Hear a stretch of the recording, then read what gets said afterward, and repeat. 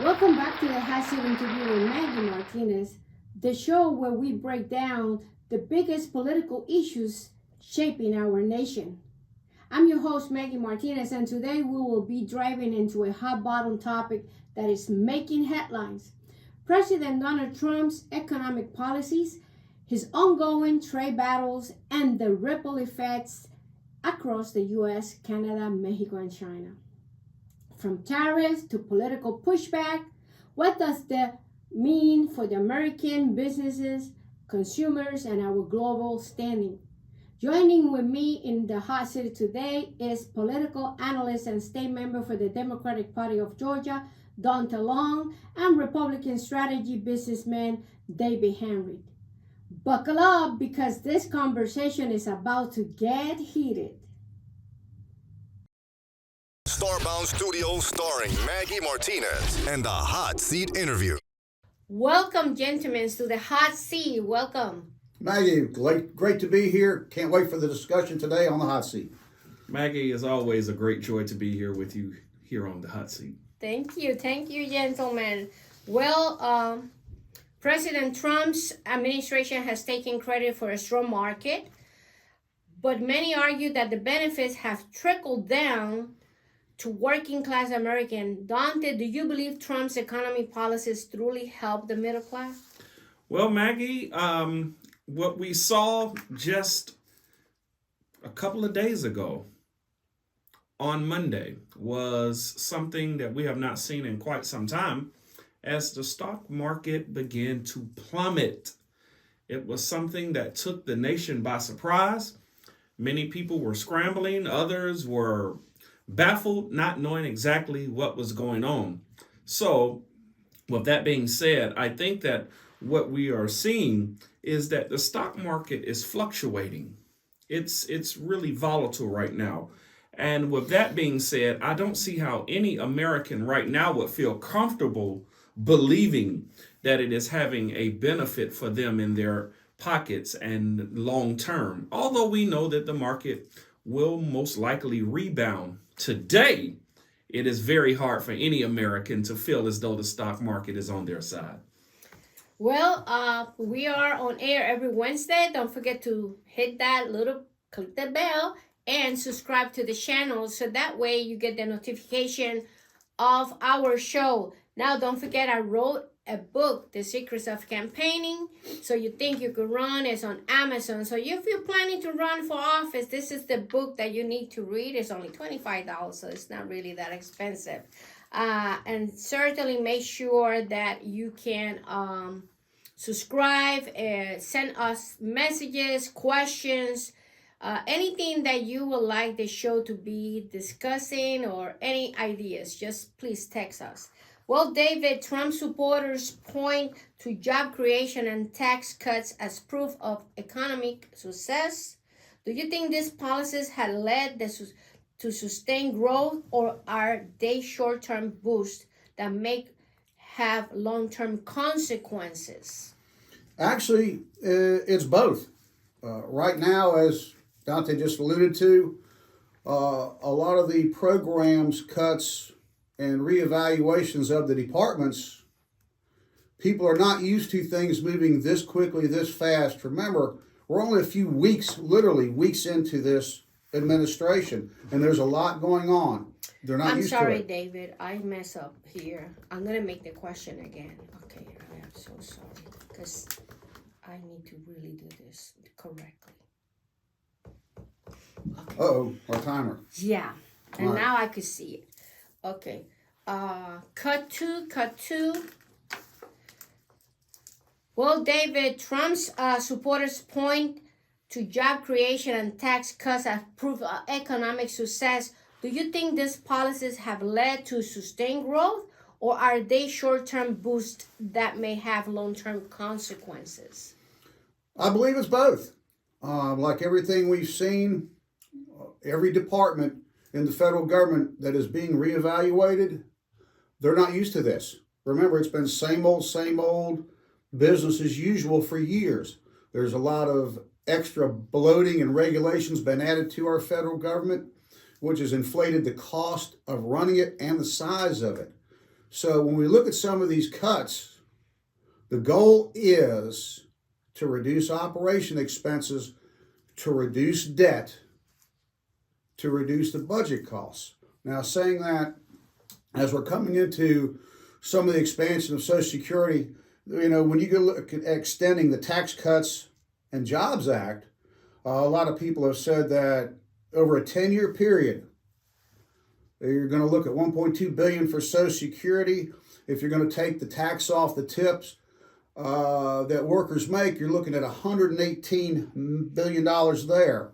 Now, we have to reduce, if we're going to promote tax cuts to the American people, that money has got to be made up somewhere. So as we're seeing short term, we're reevaluating all departments. The long term is to keep the tax money in to the public's pocket. Well, critics argue that Trump's tax cuts primarily benefit corporations and the wealthy, increasing some inequality. Daunta, do you think these tax policies have widened the wealth gap? Well, we believe it has. I think that what we've seen over the last couple of days and weeks is that the president's tax cuts have seemingly allowed many of the CEOs of their companies to really increase their profit margins. While we've seen other companies losing, and the reason why they're losing is because a lot of nonprofit organizations are taking the lead in boycotting so many of these businesses.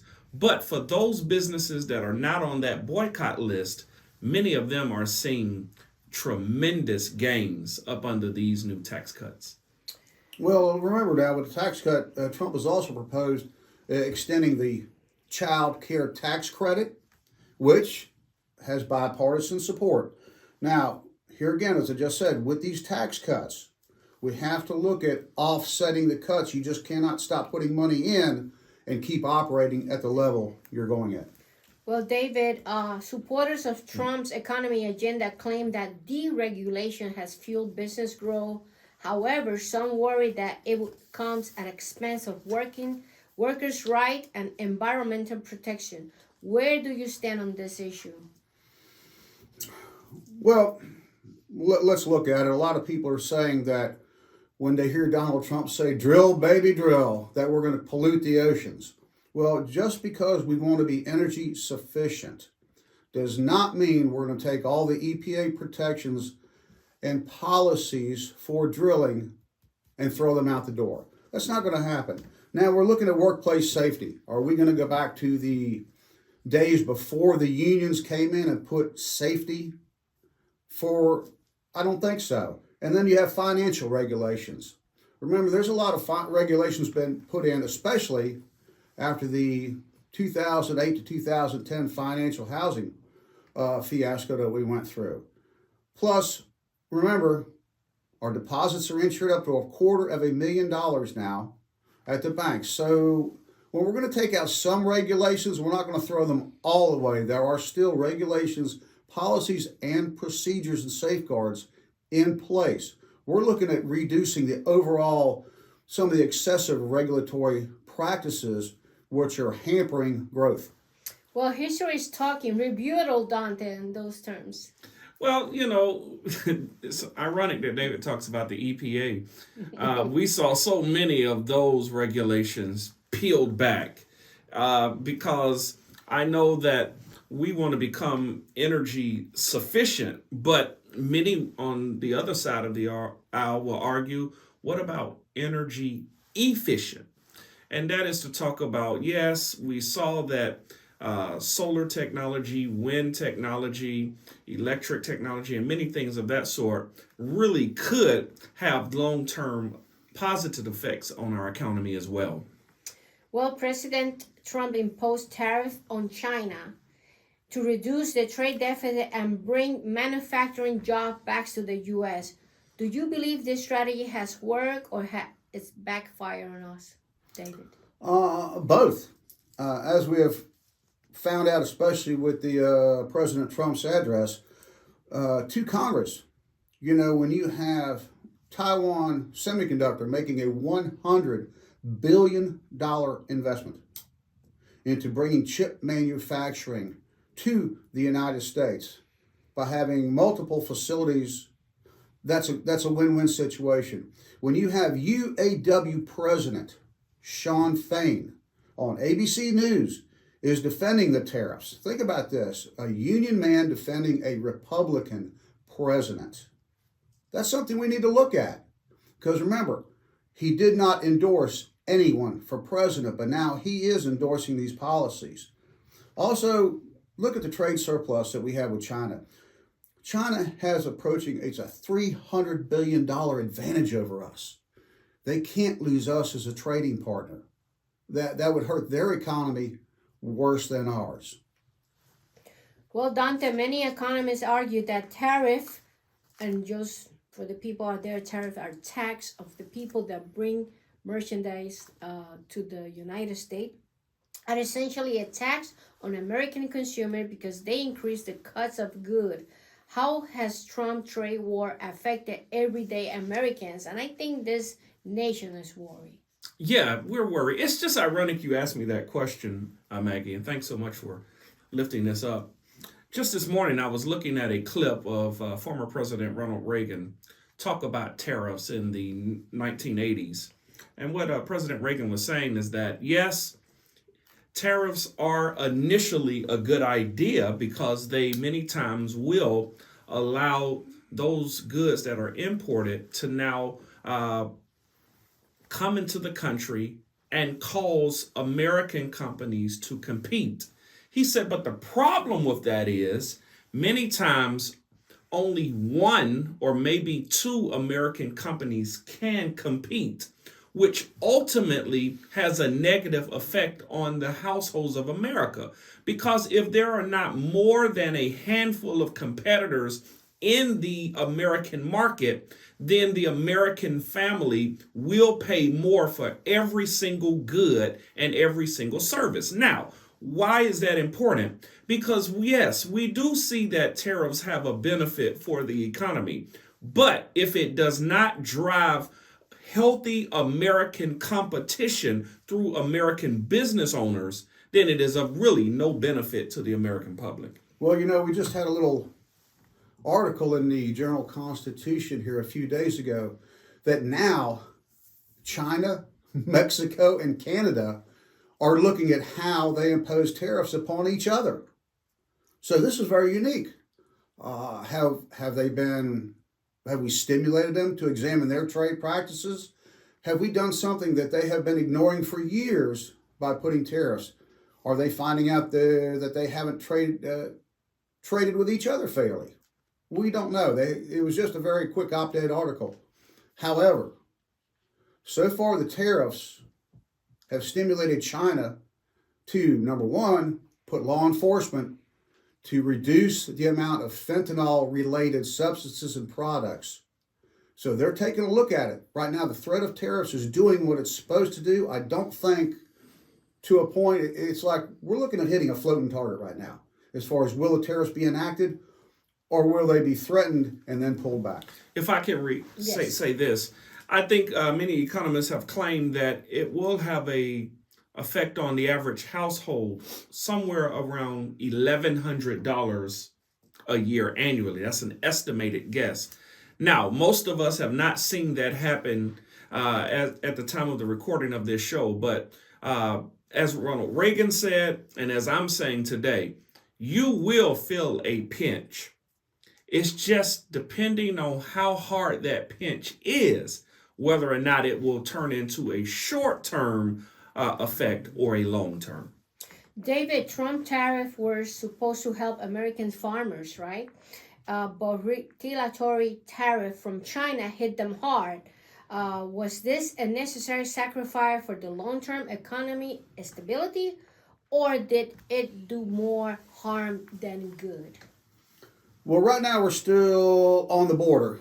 Remember, we're still recovering from the damage from Hurricane Helene to our agriculture, especially here on the East Coast.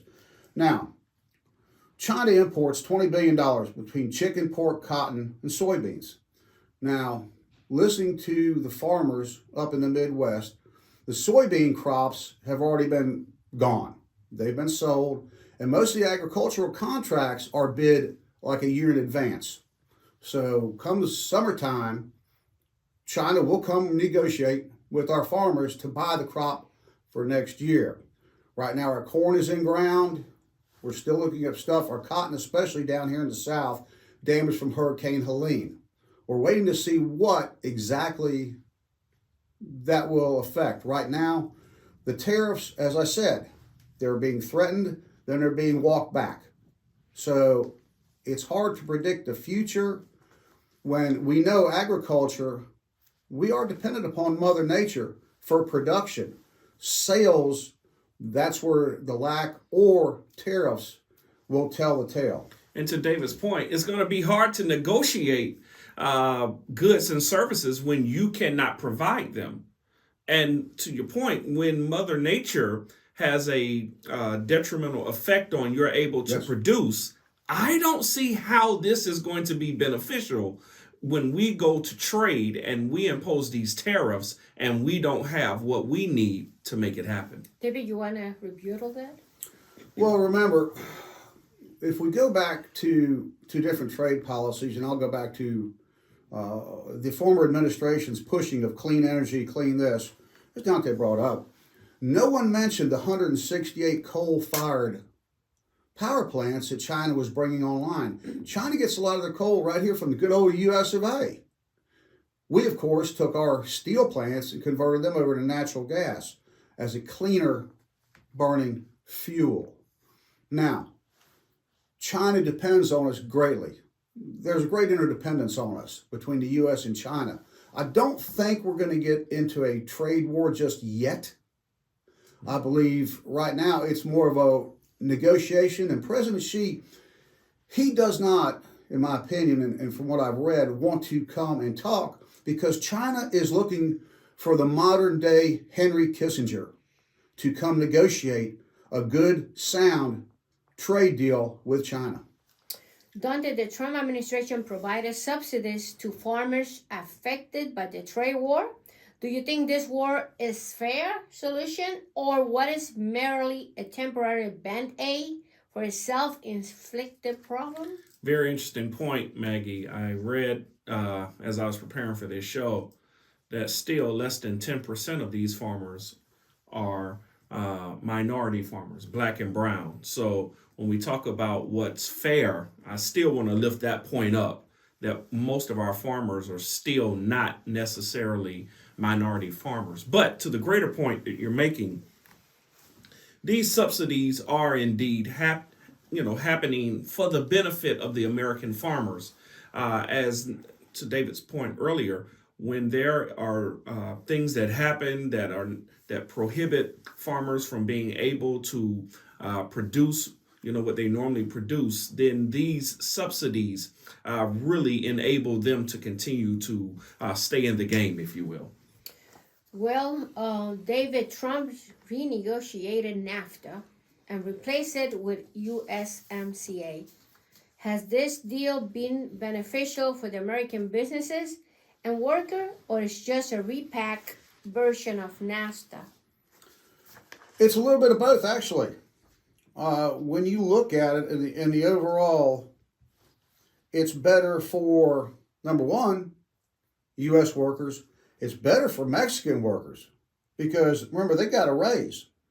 With the new USMCA versus NAFTA, 75% of vehicle parts are now North American made versus 62.5%. Now, when I say North America, that means Mexico, Canada, the United States of America. It does not mean just made in the USA. Right. So, to have these parts made within North America benefits all three. Now, NAFTA had 34 chapters with 12 side letters. Most of that stuff carried over into the USMCA. The other benefits, remember, U.S. tariffs free. We put 3.6% allowed Americans, dairy farmers, into the Canadian market.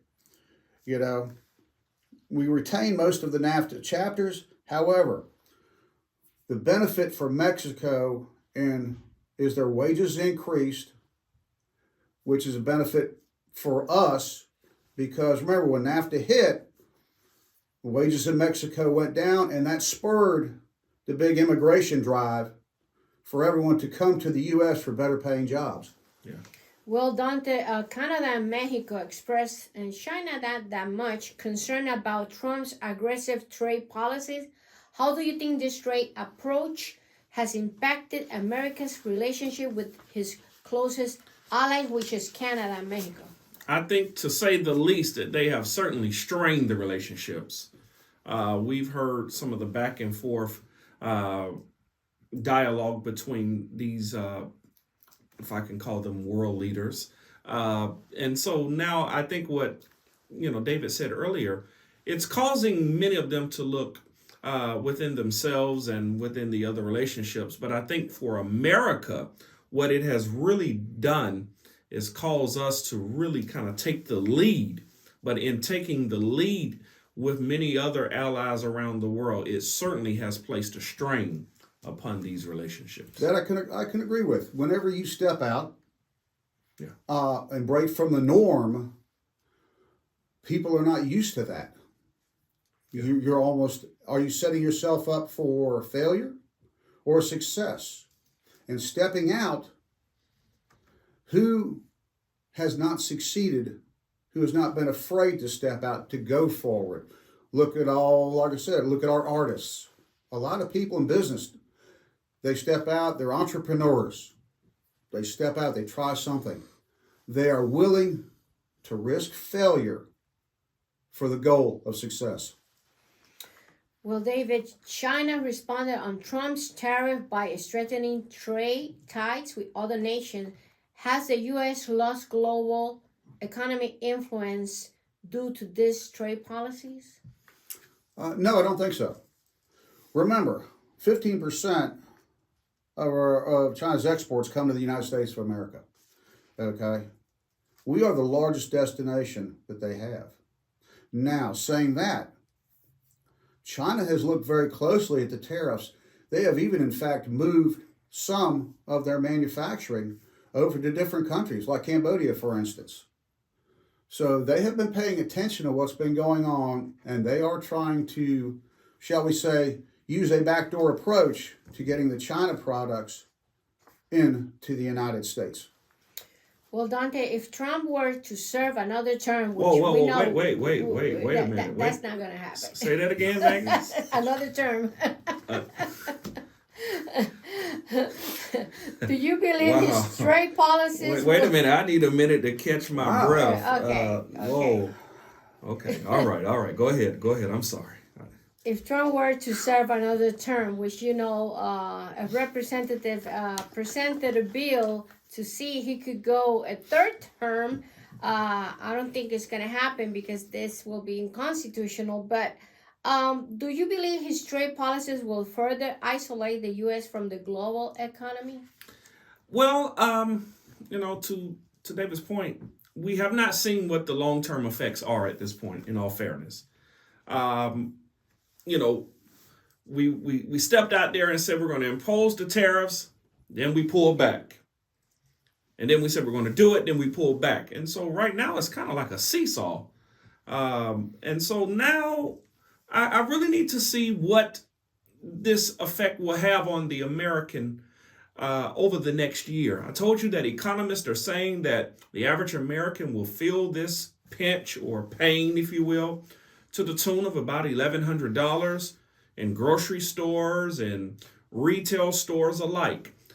And so now let's see how this plays out over the next couple of years so that what you said earlier, for anybody will know that if this has a positive effect, may he go down in history for being the president that was gutsy enough to place these tariffs. But if this fails, may he go down in history with nobody believing that he shall serve a third term. Well, I believe he's using the tariffs what he stated for. Remember, we needed a bargaining chip. And so far, when he has threatened to put those tariffs out there, the other countries have responded. They've come to the negotiating table. Here again, I say there's a lot going on very quickly. It's a high speed. It's almost like when we went into the COVID vaccine with Operation Warp Speed, if you'll remember that. So I think, hopefully, if we get peace between Gaza, peace in the Ukraine, we can start focusing our Secretary of State Department upon negotiations with our trade partners and making sound, long-term decisions will benefit the American people and our trade partners. David, the United States owns so much money to China and Japan. We're talking about billions of dollars. We know that if we own so much money, we're paying a lot of interest right now. So what is your take about this debt with China, and at the same time we're imposing a new tariff to them? Well, like I said, we have a $300 billion trade deficit. How are we going to pay the bill? Right now, it's not going to happen. Now, I know Japan is undergoing negotiations with the U.S. because we do import steel, aluminum, and automobiles. Now, they have not been given an exemption to the tariffs. Now, they haven't been mentioned. I can't say President Trump might just leave policy practice standard with Japan and is pretty much right now focused on China. Mm-hmm. Daunta, your conclusion to the show and the debt we have with China? Well, again, I said, and I want to just underscore this once again by saying that these trade policies, they sound good. They sound like what the president promised, that he's going to make America great again. He's going to bring jobs back to the American, and we're going to see things turn around. Unfortunately, we've not seen that yet. And I know it's not even been 100 days, but there were some things that we were told were going to happen day one. We've not seen those things happen either. And as I've said on shows before, listen, the midterms are only a couple of weeks or months ahead of us. And let's just really think about, what is this going to have as it relates to the effect on the average American family? Wow, this question is for both before I go, because I really have to make this question. Congress is too silent in both sides. And they're not there. They got elected to be our voices. What is your take about that, David, and then Daunta?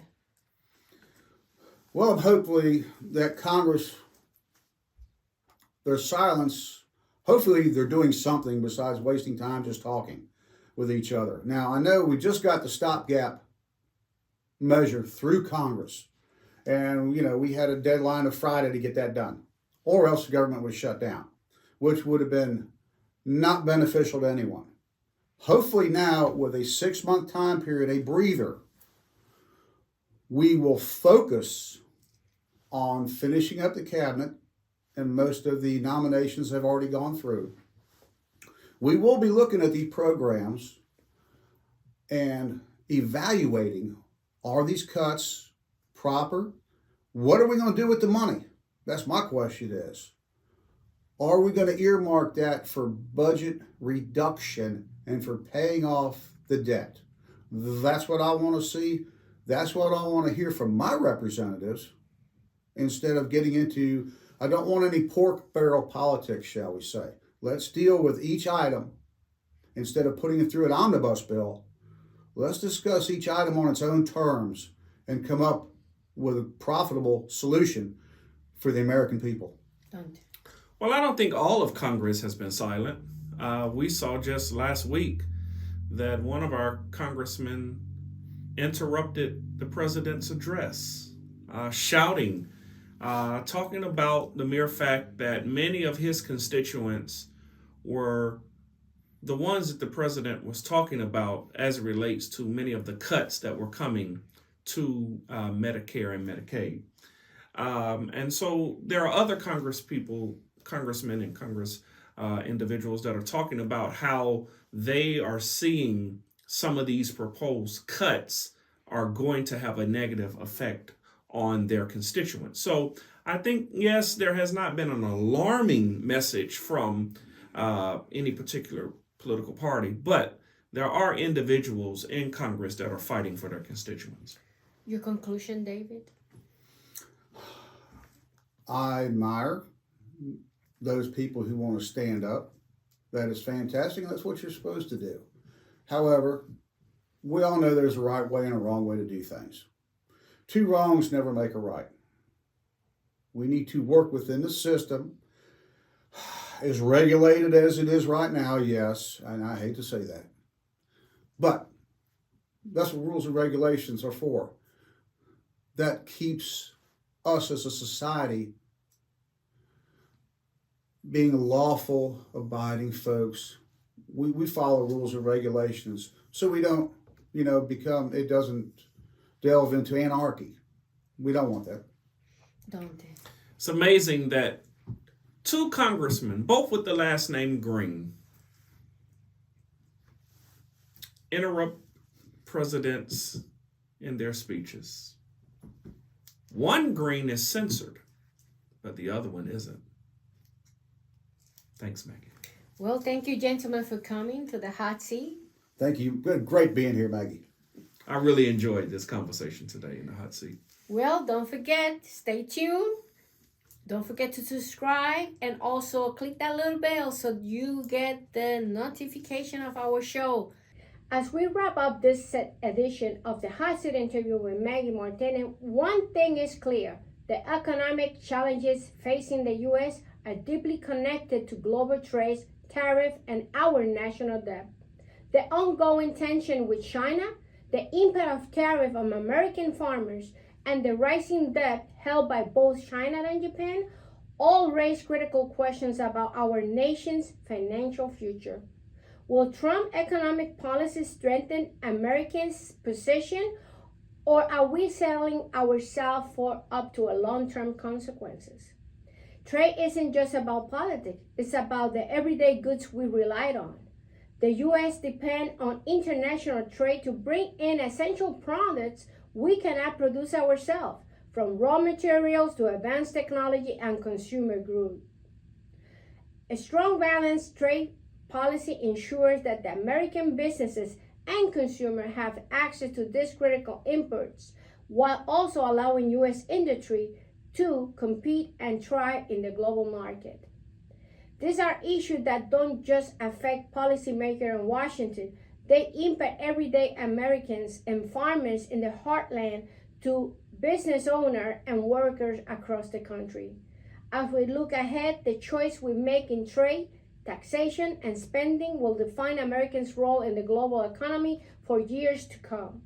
Thank you to our panelists, Democrat Daunta A and Republican leader David Hamrick, for sharing their insights, and thank you to you, our listener, for staying engaged in this important conversation.